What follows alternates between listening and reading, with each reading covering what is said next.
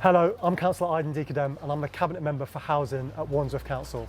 I'm here today on the Kersfield estate in Putney, where they've laid the final bricks as the external works near completion. A year ago, 27 of the 41 flats behind me would have been for market sale.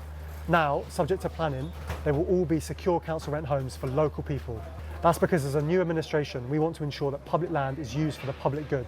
Kersfield is just one of the many council-led developments that will contribute towards our target of 1,000 new homes for council rent in Wandsworth as part of our Homes for Wandsworth programme.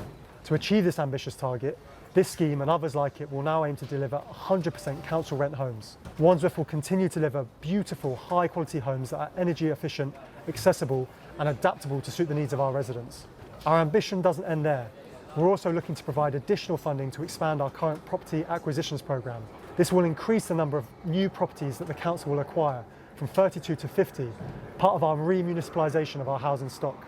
We're also seeking to increase affordable home delivery by working with developers, landowners, registered providers to deliver the maximum level of affordable housing within new developments. This is an exciting time for Wandsworth Council and I look forward to providing further updates on our plans for the future.